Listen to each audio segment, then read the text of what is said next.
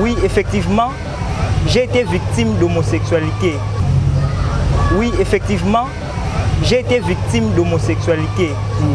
Nazaraki Bongo, ancien séminariste et archidiocèse de Kinshasa, un séminaire propédétique, tu acceptes ma proposition. Donc, nazala homosexuel, nazala moi si nae. Donc, nazala moi si directeur. Ouais, nazala moi si père directeur. Ok. Ouais. Pour moi, ça s'est fait beaucoup plus en Orient, à l'extérieur du pays, dans la France, dans Paris. Et cela a influencé aussi les prêtres de la communauté salésienne. Donc, séminaire ne formait plus. Donc, séminaire est tel minéral comme moi homosexualité. Voilà. Mais basango alingomba salésien Don Bosco, mukambina bango numéro 1, yenda zana bulo wana. Côté pa nae, na chambre nae, pour dozaï na casa na appartement nae, dozaï na casa salon.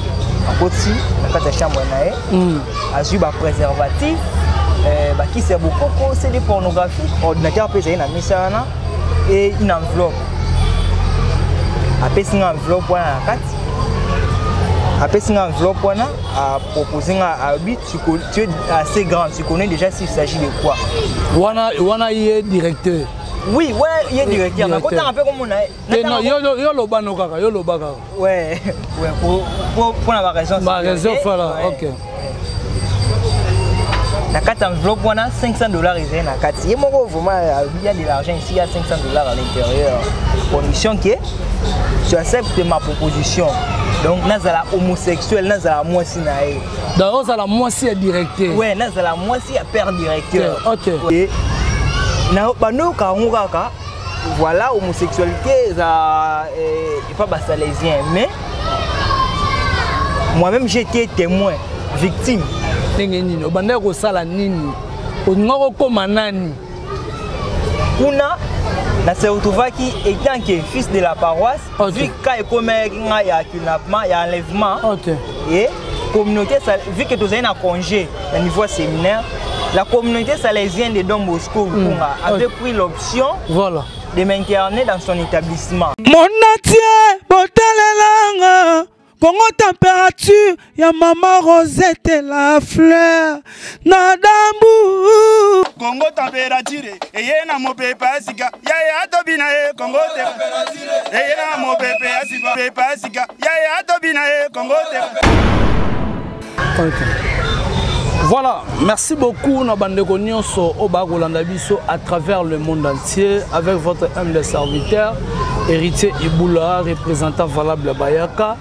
Merci beaucoup Nabandeko tout baza connecté puis ba o baza branché et osala kitoko na elengi. Bo partager puis bo liker ba émission na biso ko sala bien. Aujourd'hui moi héritier Iboula via makambo eza koleka na mboka ça fait très mal. Makambo eza koleka tellement belé le loto ko tala makambo na misu moko mais to tala makambo na misu misato ata mine. To mona makambo eza koleka po misu no so eza ko kufa.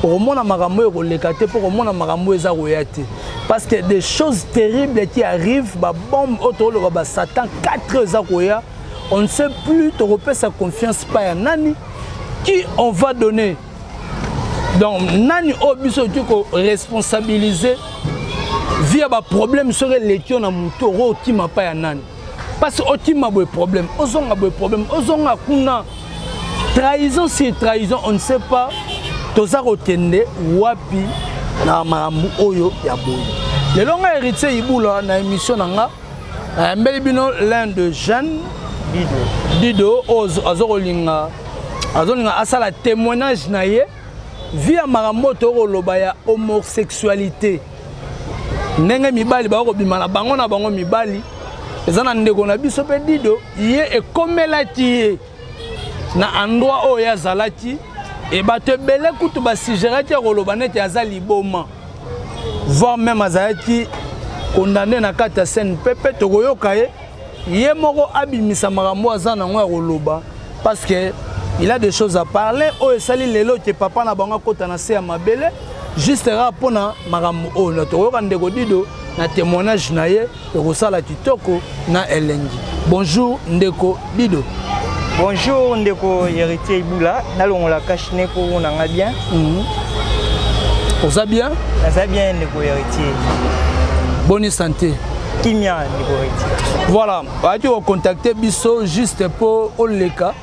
Olo Banabandeko, Barolanda à travers le monde entier, via Marambo et Comelio par rapport à Marambo Italia. Il y a homosexualité.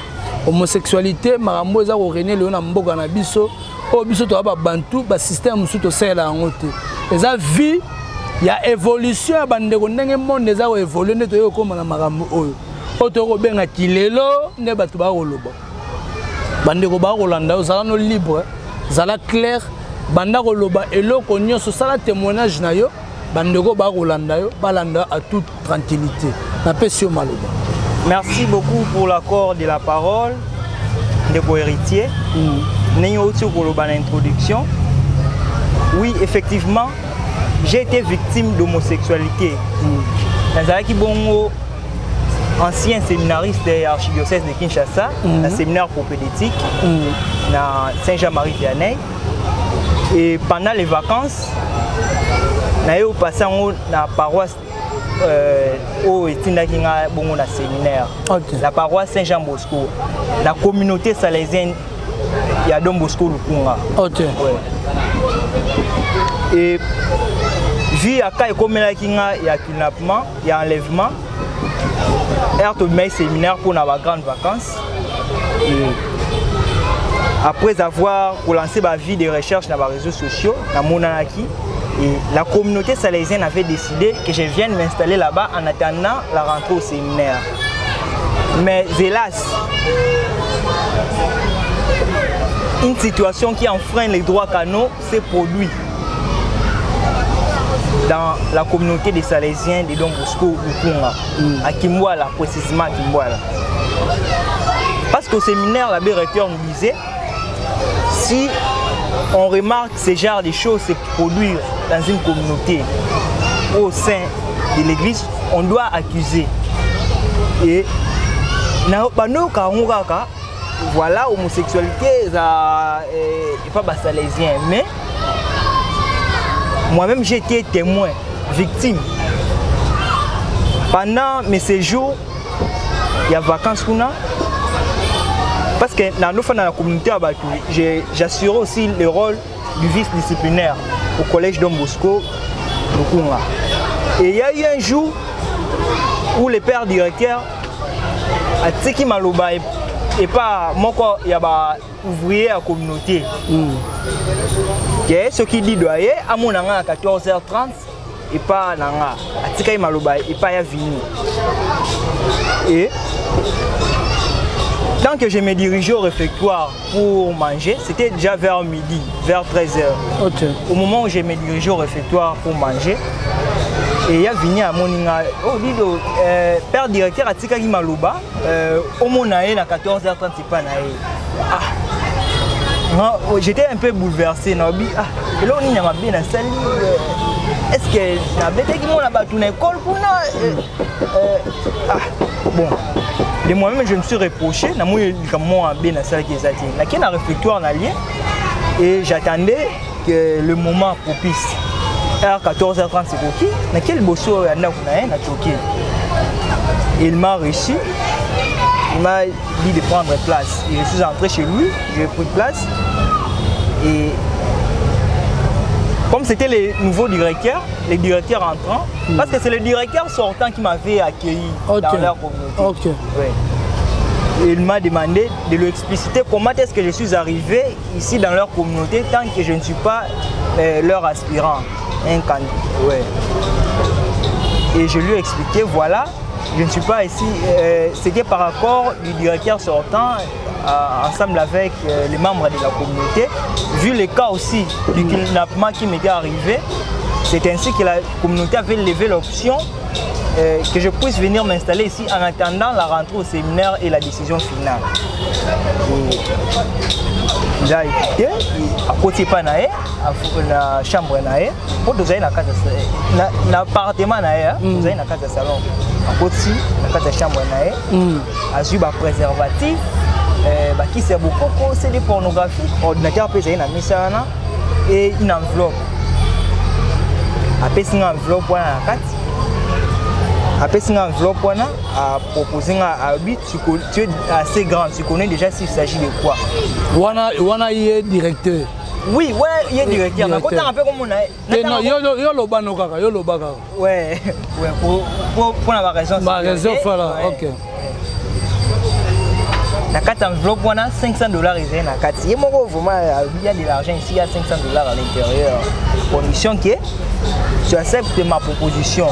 Donc, nous sommes homosexuels, nous sommes moitié. Donc, nous sommes moitié directeur. Oui, nous sommes moitié père directeur. Ok. Oui, père directeur, il y a communauté, il y a Don Bosco. Ok. Oui. Est-ce que Marambo Zaroloba, c'est vrai? Oui, c'est vrai. Okay. J'ai des témoins. Vas-y, ok. Oui.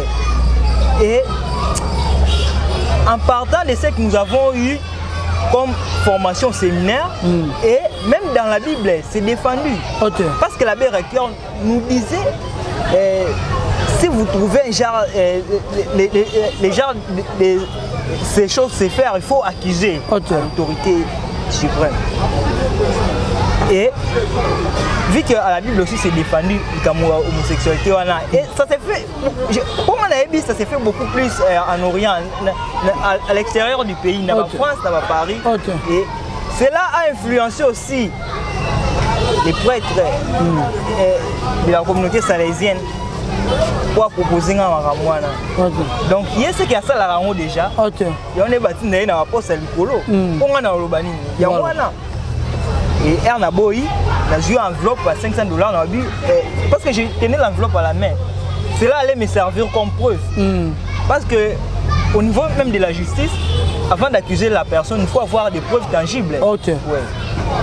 Et je lui ai dit, en tout cas mon père directeur, avec beaucoup le respect que je vous dois, je ne peux pas m'abuser à faire ce genre de choses. D'ailleurs, c'est non biblique, c'est défendu dans la Bible et vous êtes prêtre. À quoi bon se lancer à ce genre d'histoires? Et j'étais vraiment bouleversé et très désolé. La bignée pas na canagnon sur la tiniki porte. Si la quelle place là nous faisons dans centre Bobo, j'avais une somme d'argent. Cela allait me servir pour le transport. Dans une moto, maman. On a mis $500. Oui, une enveloppe à $500. Un préservatif, na question à beaucoup. Après ça, on tisse beaucoup. On met là, on met bon déjà tombé. Oui, effectivement. Ma camoisa. Si la mieux va aller na canal, tu ne dis pas.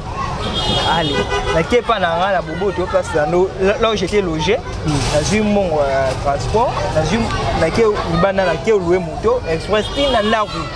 Pour biso to fana lutinelo. OK. Ouais. La ke otika mon wana la valise na lutinelo. Et parce que je m'étais décidé na ozwa lisusu le reste ça va bien na valise na otika la ikuna na bilamba na et donc na zonga ndako là. Donc juste se retrouver ikuna ndenge nini obanda ko sala nini ongo ko manani kuna na se retrouver qui étant que fils de la paroisse vu ka ekomé nga ya kidnappement ya enlèvement et communauté vu que tu as un congé au niveau séminaire la communauté salésienne de Don Bosco avait pris l'option de m'interner dans son établissement. Oui, à Don Bosco Lukunga là-bas, la communauté salésienne. Et nous avons en attendant rentrer à séminaire pour avoir des résultats au niveau séminaire. Donc vous avez autant dans séminaire. Donc ça a été mutu oh bande ko milenge la poko ma prêtre. Poko ma sango. Donc tout le babongo. Effectivement. Voilà. Oui, j'étais en première politique. Et vu la situation qui m'était arrivée, au niveau séminaire, on devait passer la deuxième session, l'examen de la deuxième session. Bon, comme c'était la nouvelle équipe formatrice, ils avaient jugé qu'il n'y ait plus de la deuxième session en propédeutique. C'est ainsi que j'avais reçu ma lettre de réorientation. Et j'étais réorienté du séminaire.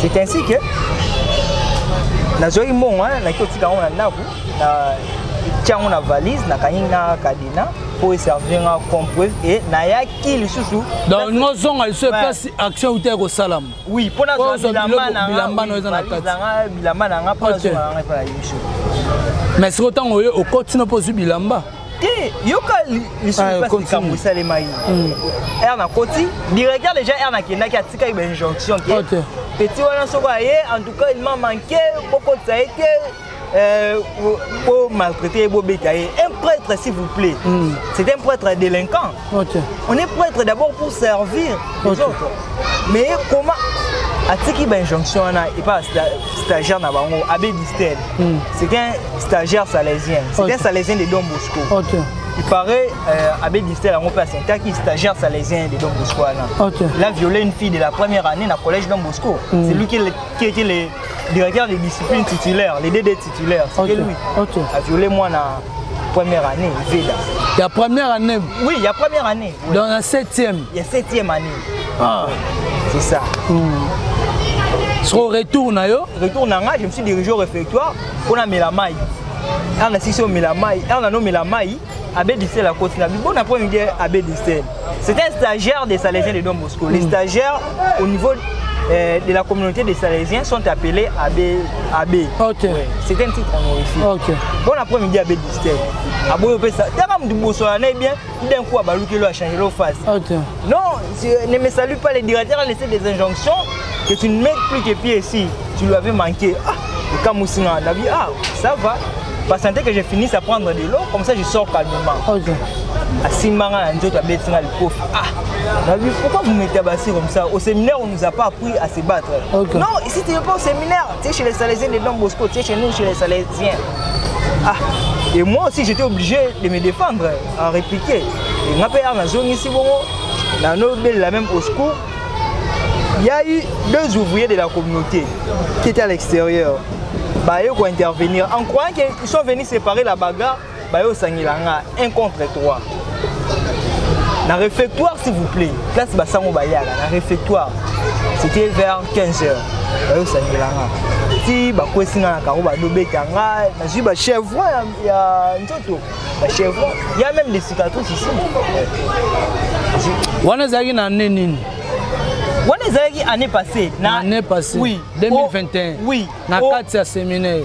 Et na kati ya communauté salésienne. Voilà. Ouais. Comme la séminaire, le séminaire, les camois et Rosalématé. Ouais. C'est le séminaire qui nous a formés. D'ailleurs, au Néomoninga non Lubaboué. Donc, séminaire nous formé donc le séminaire est tel minéral camois homosexualité. Voilà. Mais Bassango Lingomba salésien Don Bosco. Mukambina bango numéro 1 yenda za na bilo wana wenza ina kata réfectoire ya Don Bosco na communauté salésienne. Après avoir babeti yo suka nango j'étais vraiment gonflé makile bano banazolo chemise d'ailleurs na lata ki tuna na makila ti na kei na kiofu na niveau autorité na la police au niveau de l'autorité ecclésiastique. OK. Qui au fond d'Aruna, que j'ai un peu, que j'ai les apaisements et j'attends mais si après avoir des bêtes au vimba, on va bien garder apaisement, on va hollandais. Si on prend un vimba, il y a matila, basala qui n'ont nini. Pour un premier temps, effectivement, vu que Basalésien balinga ko sentir ngal soutien entourage ne babaki parce que na bano pensada ça voilà ba Christ misu ba ebaki ango il y a eu d'autres fidèles qui étaient au courant même que yo bani ba beta on a effectivement OK ouais na kino n'est pas papa monsieur à paroisse c'est ça ils étaient au courant ne Basalésien pour bimalikam pour s'échapper.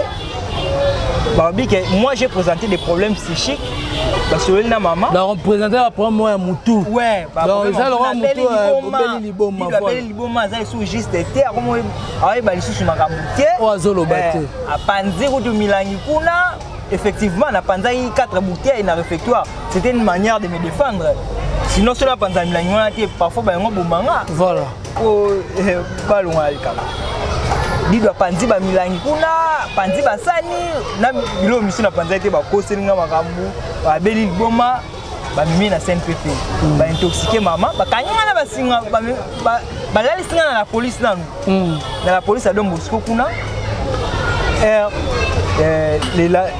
Bakanga vendredi, balasi na la police à Don Bosco. C'était au mois de novembre, l'année passée au mois de novembre. Et où m'était OK.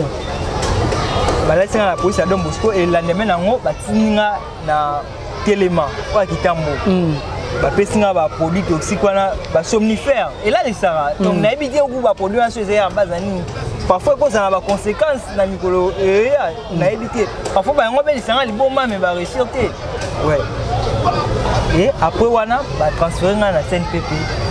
Mais sur autant ba parents no ba yokati vio kendeki séminaire. Bango ba ko benga kuna contenu batina patio bani voir ceci oko makozana okuna.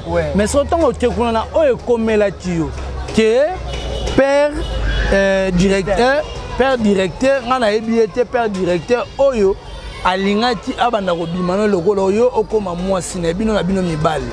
Donc alingati afongola ofumangani otoro babongo. Mais siko yo contenu ozati na kondima olobi tenga makambo ba petit saka biso yango mais on vous a déjà promédité quand tu étais au séminaire que elongo ça peut arriver mais il faut boya yango pona boye. C'est ça oyo pour ça on se défendre aux zones so tango kendaki na famille na nenga ba memajo na CNPP so papa na yo na maman na yo to ba ndeko no baloba ini. Lorsque papa était au courant de ça, vu que papa a nobel la maladie d'attention, il était bouleversé. Il y a mon rasa qui descend sur place. La communauté, il y a des Salesiens Don Bosco pour voir réellement qu'est-ce qui se passe. À trouver un peu solo. Oui, voilà ceci. Il y a eu certains chrétiens qui l'ont relaté l'histoire qui s'est déroulée. Quelqu'un qui était là. Et celui-là qui peut curé, n'a évité s'ils avaient causé de quoi avec le curé. Moi je n'étais pas là. Et après le lendemain, après 3 ou 4 jours, papa Koufaki. Papa Koufi. Personnellement. Oui. Réellement, ce que tu me dis, c'est vrai. Oui, c'est vrai. En tout cas, je dois aller voir ce prêtre-là. Après quelques jours, papa est au Koufa suite à souci. Voilà. En tout cas, Bandeko Balandi. Menga, oui. La seule chose que je réclame, ce sont mes biens. Bilamba, valise Nanga, Bilamba. Il y a plein de choses qui étaient restées là-bas. Valise Nanga, Bilamba, téléphone Nanga, ordinateur, verre médical Nanga, et parce qu'il y a un réfectoire. Mais ce que je peux vous dire, moi, je contrôle l'église. Comment est-ce que vous message na yoto pour expliquer mon mécontentement par rapport à l'ONU sur les gars? Effectivement, comment est-ce que je puisse garder patience. C'est ainsi que, comme la monipé et Oumelingi, j'étais censé avoir contact Nabino pour les émissions. Pour j'étais aussi censé devenir passer aux médias pour informer et pour éclaircir tel que l'événement s'était déroulé. Voilà, en tout cas, Bandeko Balandi Biso, ça l'a tellement passé. On a eu sommaire, il y a émission Mokola, ça fait très mal. Il y a aussi des gens au Batebe Bazoka. L'espoir na bango te l'esprit na bango ba corps et âme na bango bagenda ko expédier ngo pa batu mo ba songolo pakala o bango ba mona te baza batu o baza malamu mais ko landisa makota la batu to ko mona te baza malamu mais en soi kati na bango ezana makama mabe o eza ko salama ko zonte jeune aboye olingo ko misaye PD obimana ye mutu oyo alinga servir na ye nzambe akoma na ye sango. Mais je suis au monde na kata séminaire na kata communauté ya ba Salésienne. Donc bandeko ba Rolanda côté église de réveil motezo pela côté le sous côté basango motezo opela on ne sait pas to évoluer ndengani na kata mboka o to ebité to tende wapi to timela wapi bato so balinga te mokili yango ekufa na yango bientôt ça là nini. Ndeko na biso bandeko balandio ba propos tenus à notre invité, ça n'engage que lui par rapport à ba témoignage na o apesi ndeko o pa monite amona ete na makambo o ndeko Dido ya koloba na biso eza lokuta benga biso numéro eza wana tokoya koyamba yo mpona koya parce que ndeko Dido abi déjà ofundaki na likolo na hiérarchie plainte eza déjà banda da kosamba na bani na kosamba te na bani na kosamba te koleka mbamo na télévision. J'avais eu juste le procès verbal. Ok, le procès verbal eza que ozela ba kolandela dossier bani mais yo kosamba na père directeur te aza mutu na kosamba na olongwe na notoriété aza nango bosamba na eta. Oh pourquoi pas to kosamba te ngana osenga te za en audience publique. Ok. Boss qui se sent impliqué connaît l'affaire. Ouais, ya on est na sentir ngaki. Voilà. Donc ti lelo yo na ye depuis makamone les gars beaucoup tana te. To kutana ngati. So na ye kuna na communauté. OK, bima déjà tika injonction kokota ici voilà. Et voir même à quoi ça nga likamuke dit doit bien liboma. Ouais. Nazoe bisala bino que je ne suis pas un fou. Mutu wa be liboma place na na fou to na balabala. OK. Ouais. Mais liboma musupe la muta bouger ne mutu maolo ba deux fois trois fois. Oui, effectivement. Ouais. Mais moi je vous dis en âme et conscience que nazali libomate. OK. Ouais, je suis normal. Voilà, Dido azali libomate aza normal. Bandeko ba rolanda biso o ba rosunga pe ndeko Dido na ba conseil. En tout cas, bo benyi biso ko zala bien to repasser bino Dido bo sola parce que ça fait très mal. Au moins la jeune, vous avez un servant de messe. Oui, ça jubilé, ça servant de messe et na paroisse ni. Nadom Boscora. Nadom Boscora. Nazai lecteur. OK, vous avez lecteur. OK, merci beaucoup. En tout cas, bandeko baleka na nzelo nde batu bayebi. Biso etoleka pe na banzela o pe toyebi yango ndenge ezala vraiment. En tout cas, merci beaucoup na Dido na passage na biso. Soki bandeko pe eloko museza koloba to ya kolanda yo pona kozwa yo. Merci koyo. Bakisi wana bokoko ezali. Bakisi ya bokoko ndambu etika ipuna epana na pasa bomba yango misusu na kuta yango te. Ouais. Donc après ça yo omela po wana boke na action. Oui, effectivement. Moi mon bali nango sama. Voilà. OK, allez-y comprendre wandeko tout bazita Rolanda biso, c'était votre humble serviteur Héritier Iboula, représentant valable Bayaka. L'homme de Beta Biloko, l'homme de Misala. En tout cas, merci beaucoup. Réel plaisir de vous informer Bino à temps réel. Nebolingaka. Merci beaucoup à Mouzé qui était derrière la caméra. Merci à Hervé Bossit un peu dans la montage. Quant à moi, Héritier Iboula, tout le monde Soti, Zambé, Azongi, Nani. Play. Mon atier, botalelanga. Congo température, ya maman Rosette la fleur, nadambu. Congo température, eye na mopepe asika, ya tobina e Congo température, eye na mopepe asika, ya tobina e Congo température.